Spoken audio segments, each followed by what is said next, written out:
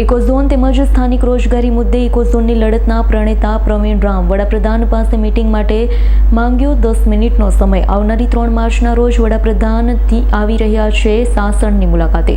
વડાપ્રધાન નરેન્દ્ર મોદી, વનમંત્રી મુડુભાઈ બેરા અને જિલ્લાના જવાબદાર તંત્રને લેટર મોકલી પ્રવીણ રામે 3 માર્ચના રોજ મીટિંગ માટે સમય માંગ્યો છે.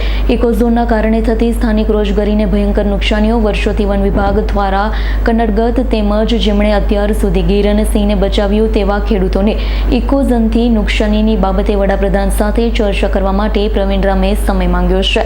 લેટરમાં આપ નેતા પ્રવીણ રામ ઉલ્લેખ કરતા જણાવ્યું હતું જો કે વડાપ્રધાન વાસ્તવિક મુદ્દાઓ માટે ચર્ચા કરવા માટે સમય આપે તો પણ અમે ગીર અને સિંહને બચાવવા માંગીએ છીએ તો ગીર અને સિંહ પણ બચે, ખેડૂતોને પણ નુકસાની ન થાય તેવા રસ્તાઓ બાબતે વડાપ્રધાન સાથે ખુલ્લા મને ચર્ચા કરી શકીએ. સાથે લેટરમાં દુઃખ વ્યક્ત કરતા પ્રવીણ રામે જણાવ્યું છે, જ્યારથી હું સમજવા લાગ્યો ત્યારથી મેં એવું જ સાંભળ્યું છે, વ્યક્તિગત અનુભવ કર્યો છે કે વિરોધ કરવાવાળા લોકોનો સરકારો ક્યારેય ટેબલ પર બેસાડીને સાંભળતી નથી, ખાલી તેમને દુશ્મન માને છે. ખબર હોવા છતાં પણ ઇકોઝોનની લડતના પ્રણેતા પ્રવીણ રામે વડાપ્રધાન સમય ફાળવશે તેવા એક અંદરના વિશ્વાસ સાથે સમય માંગ્યો છે. હવે જોઈ રહ્યું કે સ્થાનિક લોકોના વાસ્તવિક પ્રશ્નોને સમજવા માટે વડાપ્રધાન સમય આપે છે કે નહીં. આવનારી 3 માર્ચના રોજ દેશના વડાપ્રધાન શ્રી સાસણ ખાતે મુલાકાતે આવી રહ્યા છે. ત્યારે મને સાંભળવા મળ્યું છે કે દેશના વડાપ્રધાન શ્રી સ્થાનિક રોજગારી મુદ્દે ચર્ચા કરવા માગે છે.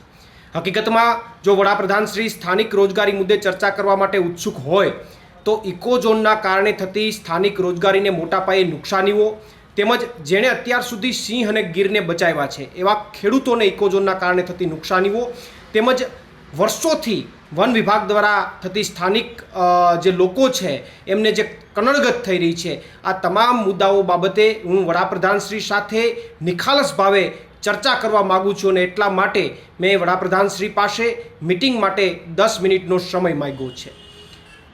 જો વડાપ્રધાનશ્રી દ્વારા સમય આપવામાં આવે તો અમે અને ગીરના લોકો પણ સિંહ અને ગીરને બચાવવા માગીએ છીએ.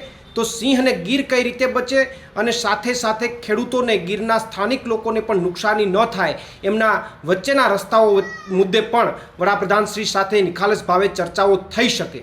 પરંતુ દુઃખની બાબત એ છે કે જ્યારથી હું સમજવા લાગ્યો ત્યારથી અત્યાર સુધી લોકમુખે મેં એક જ વાત સમજી છે, જાણી છે અને મેં પોતે ફીલ કરી છે કે જે વિરોધ કરવાવાળા લોકો હોય એમની સરકારો ક્યારેય ટેબલ ઉપર બેસાડીને એમને સાંભળતા નથી.